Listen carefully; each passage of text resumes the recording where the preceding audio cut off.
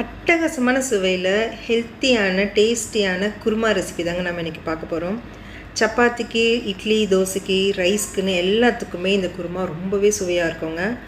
Miss பண்ணாமல் try பண்ணி பாருங்கள். வீட்டில் எல்லோரும் விரும்பி சாப்பிடுவாங்க. செய்யறதும் ரொம்பவே சுலபம். எப்படி செய்யுதுன்னு பார்க்கலாம் வாங்க. வீடியோவை லைக் பண்ணி சேவ் பண்ணி வச்சுக்கோங்க.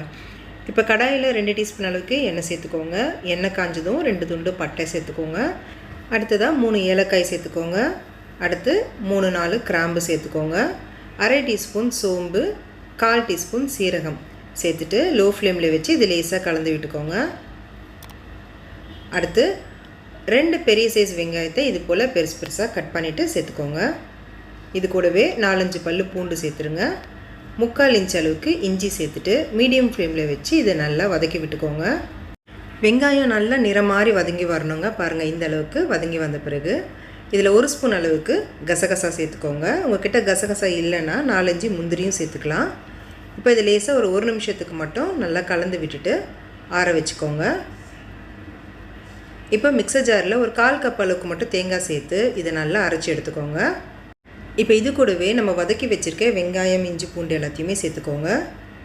சேர்த்துட்டு கொஞ்சமாக தண்ணி சேர்த்து இதை நல்லா மையாக அரைச்சி எடுத்துகிட்டு வந்துடுங்க. இது போல் இப்போ இது இருக்கட்டும். இப்போ குக்கரில் 3-4 டேபிள் ஸ்பூன் எண்ணெய் சேர்த்துக்கோங்க. எண்ணெய் காஞ்ச பிறகு ஒரு மீடியம் சைஸ் வெங்காயத்தை நல்லா பொடியாக நறுக்கிட்டு சேர்த்துக்கோங்க. இது கூட 2 கொத்து கருவேப்பிலையும் சேர்த்துட்டு நல்லா வதக்கி விடுங்க. வெங்காயம் நல்லா நிறம் மாறி வதங்கி வர வரைக்கும் இதை நல்லா வதக்கி விட்டுக்கலாம்.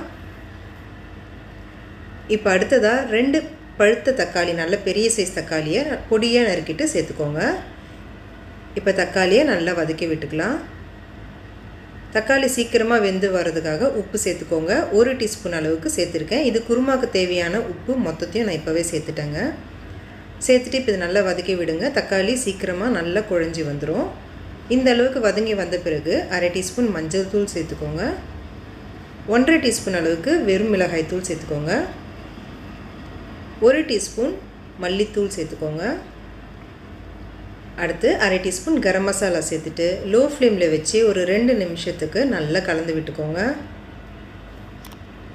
எண்ணெயிலேயே மசாலா நல்லா வதங்கி வரட்டும். இப்போ அரைச்சி வச்சுருக்க வெங்காயம், தேங்காய் பேஸ்ட்டை சேர்த்துக்கலாம். சேர்த்துட்டு இதை ஒரு முறை நல்லா கலந்து விட்டுருங்க. கலந்து விட்டுட்டு இது லோ ஃப்ளேமில் வச்சுக்கோங்க. இப்போ இதில் 6 மணி நேரம் ஊற வச்ச பருப்பு வகைகளை சேர்த்துக்கோங்க. நான் மிக்ஸ்டாக சேர்த்துருக்கேன். வெள்ளை கொண்டக்கடலை, கருப்பு கொண்டக்கடலை, பட்டர் பீன்ஸ், பச்சை பட்டாணி, கருப்பு காராமணின்னு கலந்து சேர்த்துருக்கேன். நீங்கள் இதில் ஏதாவது 1-2 கூட நீங்கள் சேர்த்துக்கலாம். 6 மணி நேரம் நல்லா ஊற வச்சுட்டு சேர்த்துக்கோங்க. சேர்த்துட்டு இப்போ இது நல்லா கலந்து விட்டுருங்க. இது கூடவே உங்களுக்கு விருப்பப்பட்டால் 2 உருளைக்கிழங்கை தோல் உரிச்சிட்டு பொடி பொடியாக கட் பண்ணிவிட்டும் சேர்த்துக்கலாம். நான் உருளைக்கிழங்கு இன்றைக்கி சேர்க்கல. அடுத்து இந்த குருமாவுக்கு தேவையான தண்ணி சேர்த்துக்கோங்க. நான் ஒரு 250 ml அளவுக்கு தண்ணி சேர்த்துக்கிறேன். குருமா நல்லா வெந்து வரும்போது நல்லா திக்கான பதத்துக்கு வருங்க. இப்போ இதை நல்லா கலந்து விட்டுட்டு குக்கர் மூடி வச்சிடலாம். 3 விசில் வரட்டும்.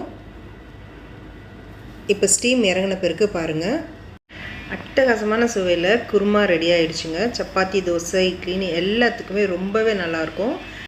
ரொம்பவும் தண்ணியாகவும் இல்லாமல் ரொம்ப கெட்டியாகவும் இல்லாமல் நல்ல சரியான பதத்துக்கு குருமா நம்மளுக்கு ரெடி ஆகிடுச்சு. இதில் பொடியாக நறுக்குன்னு கொத்தமல்லி தூவிட்டு கலந்து விட்டுருங்க. அவ்வளோதாங்க, ரொம்பவே ருசியாக இருக்கும். மிஸ் பண்ணாமல் இன்றைக்கே ட்ரை பண்ணி பாருங்கள். இந்த வீடியோ உங்களுக்கு ரொம்ப பிடிச்சிருந்துச்சுன்னா லைக் பண்ணிவிட்டு உங்கள் ஃப்ரெண்ட்ஸ், ஃபேமிலி எல்லாேருக்கும் இந்த வீடியோவை ஷேர் பண்ணிவிடுங்க. Thank you friends.